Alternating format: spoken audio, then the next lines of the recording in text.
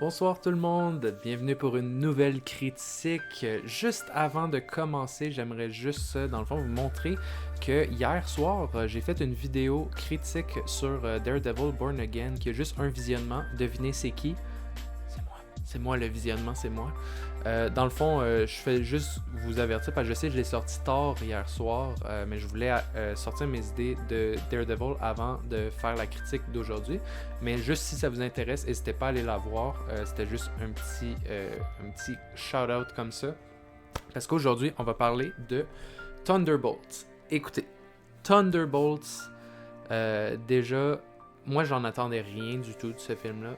Même avec les bandes annonces, j'étais pas super excité en tant que tel. Il y avait des choses que j'avais hâte de voir, comme certains personnages qui revenaient dans l'histoire. Mais sinon, je peux pas dire que c'était une équipe qui m'intéressait tant que ça. Puis même les personnages qu'on connaissait déjà, en fait on les connaît tous déjà, mais c'est pas des personnages que je suis comme super attaché. Même Bucky en tant que tel, c'est pas un de mes persos préférés. Fait que c'était cool de le voir, mais sans plus, c'est pas un perso, je suis comme oh shit, c'est Bucky, genre insane. Ah, by the way, je sais pas si la vidéo va laguer un peu, je suis en train de faire un render sur Blender en même temps. Fait que j'espère que la vidéo va pas trop être laggy de votre côté. Mais sinon, c'est pas grave, c'est plus mon opinion là, qui est important. Donc, ouais, j'étais pas super excité. Puis, je trouvais ça bizarre parce que Marvel, ils ont fait tellement de promotion sur ce film-là. J'ai jamais vu un film, je pense même en général, pas juste Marvel, mais juste un film en général, avec autant de promotion. J'arrêtais pas de voir des trailers, des making-of, il y avait, dans le film, à un moment donné, Red Guardian, il conduit une limousine, puis là, ils ont pris l'acteur pour conduire la limousine dans la vraie vie. Puis là, il y avait le stunt de Florence, je sais pas comment on prononce son nom de famille, mais en tout cas, celle qui fait la nouvelle Black Widow, il y avait son stunt à elle. Vraiment, j'ai pas arrêté de voir. Il y a eu le skin de Bucky qui a été annoncé pour Marvel Rivals aussi. Ce qui est hilarant, aller voir cette vidéo-là parce qu'il a l'air d'avoir vraiment pas envie d'être là pantoute. Il est comme Armed and Dangerous. Again. Puis moi, ça me tue de rire. Mais tu sais, vraiment plein de promotions, puis je comprends pas pourquoi à moins qu'il y ait eu une confiance absolue en leur film. Genre, je comprends pas pourquoi c'est Thunderbolts que tu pushes. Je veux dire, le prochain film qui sort, c'est les 4 Fantastiques. Ça, c'est un big deal. Pourquoi Thunderbolts? Genre, moi, je comprenais pas. Puis maintenant que j'ai vu le film, ben, je peux comprendre un peu plus, mais ça reste que, genre, je comprends pas trop non plus. C'est un super bon film. Vraiment, ça fait quand même... Genre, il y a d'autres films de Marvel que je me suis ressenti comme ça, mais là, ça fait quand même un petit bout de temps que je suis comme... Ah, genre, vraiment, je m'assois, puis j'ai l'impression de regarder un Marvel. Genre, c'est un feeling qui fait du bien, parce que c'est de la nostalgie de Marvel d'avant. Puis c'est pas un film qui est basé sur des fanservice. Genre, tu sais, c'est, admettons, Deadpool et Wolverine, still un très bon film, mais quand tu y penses, c'était beaucoup genre, ah oui, tu connais cette référence à cette chose et ce personnage de tel film, et tu sais, fait que genre, c'est un bon film pareil, même sans les fanservice, mais ça se ressent beaucoup. Puis même chose pour, admettons, Spider-Man No Way Home. C'était le fait qu'il y ait plusieurs Spider-Man, que c'était vraiment intéressant, et puis tout ça. Mais ce film-là, vraiment, il y avait en tant que tel rien d'excitant, vraiment. Mais en vrai, ça l'a fait du bien, parce que c'est peut-être justement du fait que je m'attendais à rien de ce film-là en tant que tel que finalement j'ai fini par apprécier. Puis même les critiques, là, c'était des 90% là, ce film-là, tu sais, fait que genre vraiment, c'est pas un mauvais film là, du tout. Que ce soit niveau critique ou même, je pense, ben là, c'est sûr, j'ai été le voir un peu avant tout le monde, fait que je vais voir un petit peu, mais ça m'étonnerait que les gens aiment pas ce film-là. Puis en termes d'histoire, moi je trouve que c'est super intéressant parce que ça vient, genre sans spoiler, dans le fond, ça vient plonger chacun des... En gros, tu sais, tous les personnages qu'on voit dans ce film-là, c'est tous des personnages qui ont vécu des déceptions ou des passés très très traumatisant pour eux autres, puis ça les refait plonger un peu dans ces événements-là de leur vie, puis tu sais, comment surpasser ça, puis tu sais, genre, là, eux autres, ils font plus, tu sais, des activités pour être, on va dire, un peu comme un chasseur de primes en tant que tel, tu sais, c'est comme, oh, on te paye pour faire un job, mais là, ils se rendent compte, c'est quoi d'être, tu sais, des super-héros, puis comment devenir une équipe en tant que tel. Puis ça, je trouve ça vraiment intéressant. Puis, ben, je vais pas vous parler de ça parce que c'est dans le spoiler, mais je trouve que ça rentre bien aussi avec comment le méchant y est aussi dans le film. Puis ça, je vais en parler plus tard. Sinon, en termes de, tu sais, des différents persos, je trouve que tous les persos ont un peu leur moment de shine. Je pense que le seul qui l'a pas, c'est Ghost, là. Si c'est bien son nom. Mais dans le fond, Ghost, c'était la méchante dans voyons, Ant-Man and the Wasp. Puis ça c'est cool par contre parce que c'était un méchant qui avait pas tant été cool dans Ant-Man and the Wasp, mais dans ce film-là, il est définitivement mieux. Mais je trouve qu'il y a encore, tu sais, genre, elle est pas encore super fledged out. Genre, fleshed out, c'est ça. J'ai comme fledge, en tout cas. Mais ouais, tu sais, il y a encore du développement un peu à faire avec elle pour qu'on la trouve vraiment, vraiment cool. Mais sinon, tous les autres persos, vraiment, ils ont leur time to shine. Puis ils sont super intéressants. Moi, personnellement, j'étais super content de voir John Walker, de revoir US Agent. Là, pour moi, c'était vraiment, vraiment le fun. J'ai vraiment hâte de voir ce qu'on va avoir de plus avec ce personnage-là. Je trouve que c'est un personnage qui est intéressant. Puis dans la série, ben, on l'avait vu, puis dans la série, il était déjà cool. Ben, je trouve que c'était un personnage intéressant justement parce qu'il devenait Captain America, puis finalement, ben, il était de nature violente. Fait que là, c'était comme un mauvais look pour un Captain America. Il devient US Agent, fait que ça, c'est super intéressant. Yelena, ben, était déjà cool de base, mais ça fait juste en rajouter plus sur son personnage. Puis je trouve que on va dire son débat intérieur, parce que le film commence, elle est pretty much dépressive, là. Puis je trouve que au fil du film, là, c'est vraiment intéressant de voir tout son changement psychologique. Puis ça, c'est vraiment intéressant. Sinon, les scènes d'action sont quand même vraiment cool. Puis même, à un moment donné, ils se battent contre le méchant dans une salle. Puis le méchant, il est absolument une menace, là. Il les démolit comme crazy. Mais c'est vraiment des bonnes scènes d'action. Puis même, vous avez une scène là où est-ce que Bucky est en moto. Cette scène-là, je pense que c'est la meilleure scène du film pour de vrai. Elle est vraiment sick. Fait que ouais, c'est pas mal ça pour l'action. J'ai été surpris aussi en termes de plans de caméra. Il y a des plans de caméra, honnêtement, que j'ai été quand même surpris. C'est pas pendant tout le film, mais il y a des bons plans de caméra, je trouve, qui sont bien utilisés. Puis tout ça. Puis sinon, quick shout-out sans vous dire c'est quoi, avant de passer à la partie spoil. La scène post-crédit.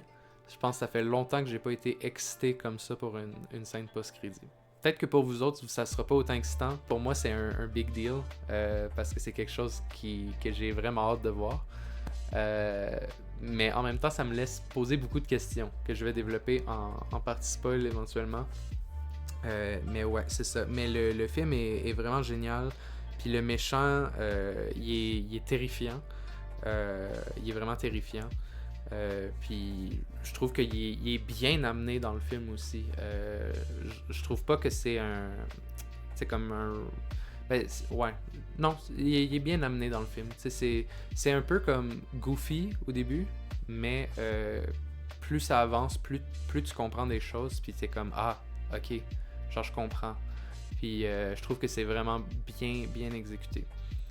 Je pense que c'est pas mal tout en vrai pour la partie sans spoil. J'ai pas. Ah ben sinon je peux vous montrer. Ça c'est dans le trailer by the way, fait que c'est pas un spoil. Mais je trouve que tu sais le méchant, il fait ça avec les gens, il les transforme en ombre.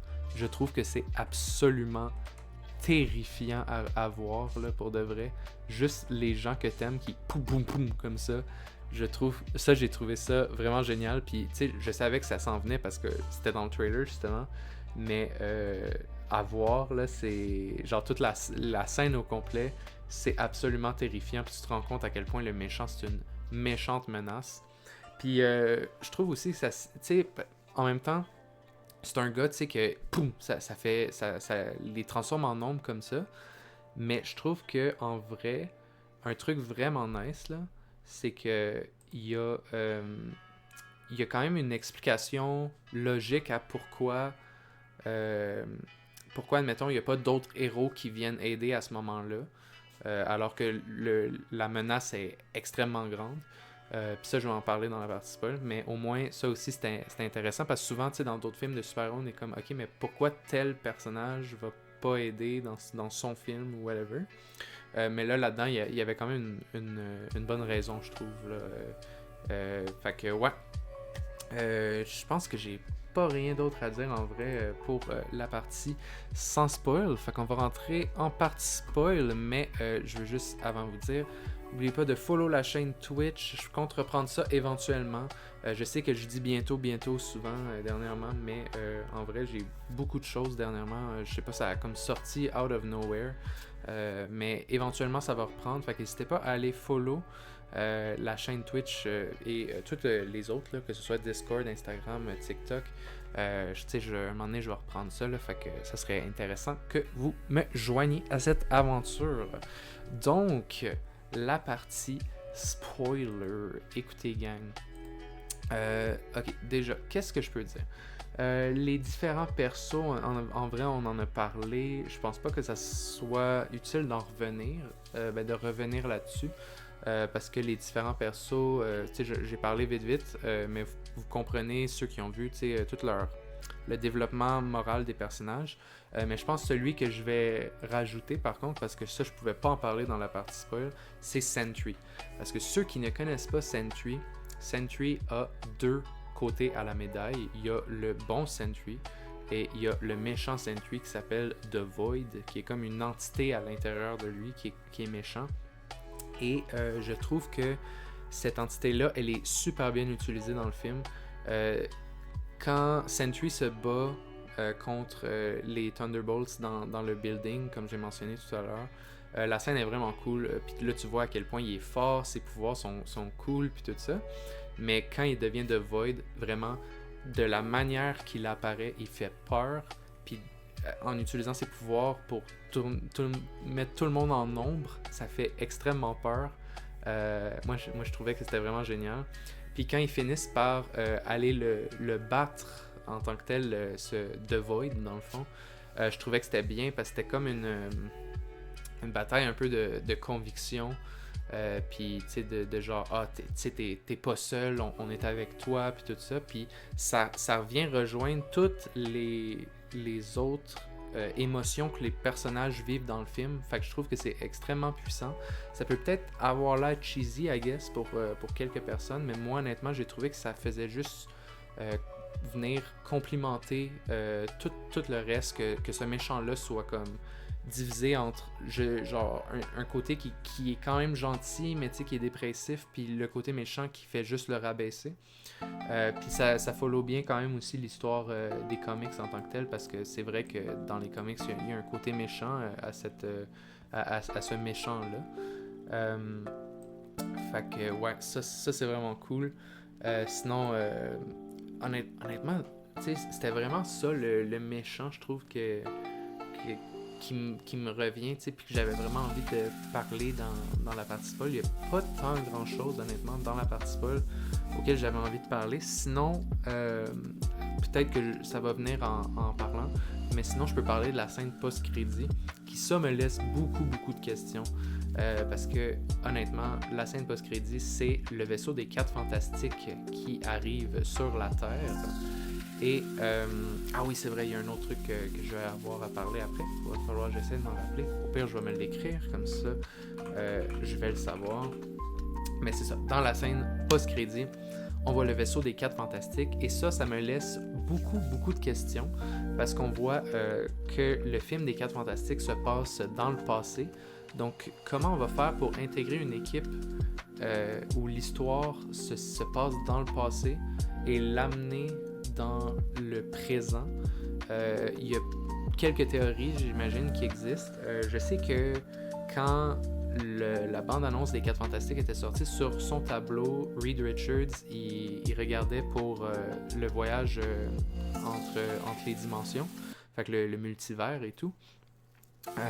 Sauf que là, si c'est ça, ce que je me demande, c'est est-ce que leur monde dans le film, ce qui serait un peu plate en vrai, parce que je veux dire, c'est un film, c'est 4 Fantastiques, tu veux montrer comment ils sont fantastiques, fait qu'il faudrait qu'ils sauvent la situation.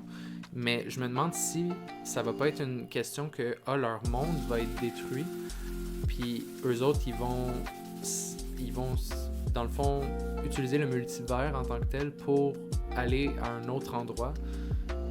Sauf qu'en même temps, ça reviendrait avec le regret de on n'a pas pu sauver notre planète, mais en même temps, ça leur donne une nouvelle chance de sauver d'autres personnes.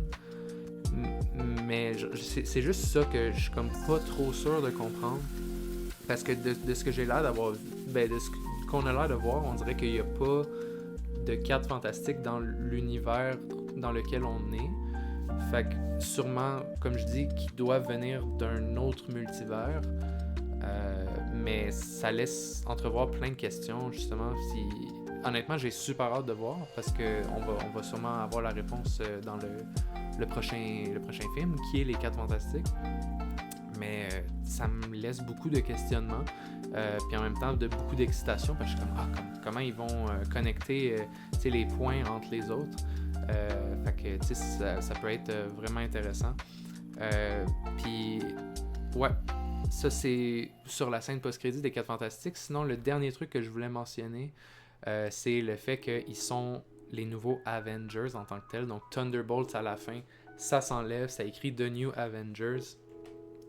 Puis on voit aussi dans la scène post-crédit que ça fait polémique un peu parce qu'il y a Wade, ouais c'est ça, il y a Sam, dans le fond le Falcon qui lui il veut faire les Avengers, sauf que là genre on va dire comme la Valentina, elle a donné le nom des Avengers aux Thunderbolts, fait que là il y a comme un clash un peu entre les deux, mais ouais, fait que c'est comme The New Avengers en tant que tel, fait que là ça reste à voir aussi comment ça va se développer, mais c'était quand même une bonne twist en vrai. Ah oui, puis un autre truc, tu sais à la fin Sentry finalement il se fait ils réussissent à battre le côté méchant. Puis le gars, Bob, il se retrouve sans pouvoir puis tout ça. Puis ils disent qu'il va revenir dans les prochains films. Fait que je me demande comment il va être utilisé. Est-ce que Sentry va revenir éventuellement? Puis si oui, est-ce que ça implique aussi que The Void revienne? Puis est-ce qu'il va être capable de le battre cette fois-là? Est-ce que ça va au contraire tourner contre eux autres? C'est un autre point qui est quand même très intéressant, puis que j'ai hâte de voir ce qu'ils peuvent faire avec ça. Puis honnêtement, je pense que c'est pas mal tout ce que j'avais à dire sur le film. Puis quand j'essaie d'y penser encore un petit peu, ouais, je pense que ça va être tout ce que j'ai à dire sur le film. Donc, merci d'avoir regardé la vidéo. Ça m'a fait super plaisir. Honnêtement, c'est un film qui m'a quand même surpris, je vais pas mentir. Mais en même temps, je m'attendais à rien. Fait que ça, c'est sûr que si tu t'attends à rien puis le film est bon, tant mieux. Tandis que si tu t'attends à quelque chose puis finalement, il est moins bon que tu penses, c'est un peu décevant. Mais là, le fait que je m'attendais à rien, c'était parfait, je pense, pour ce film-là. Puis j'ai très hâte de voir le futur du MCU, surtout avec les prochains projets quand même qui ont été annoncés. Là, on dirait qu'on a vraiment une ligne directrice de où est-ce qu'on veut aller. Fait que j'espère qu'on va croiser les doigts, qu'on va continuer d'aller vers une ligne directrice puis pas de faire des scènes post-crédit qui mènent à rien, comme on a eu dans certains films. Donc, ouais. Donc, merci d'avoir regardé la vidéo. N'hésitez pas à liker, mettre un commentaire de ce que vous avez pensé des Thunderbolts ou de d'autres. N'oubliez pas d'aller voir la vidéo de Daredevil si vous ne l'avez pas vue et que ça vous intéresse. J'aime, partage, commentaire. Merci beaucoup d'avoir regardé la vidéo. C'était Peter sur 4. On se revoit très bientôt pour une nouvelle critique. C'est ciao!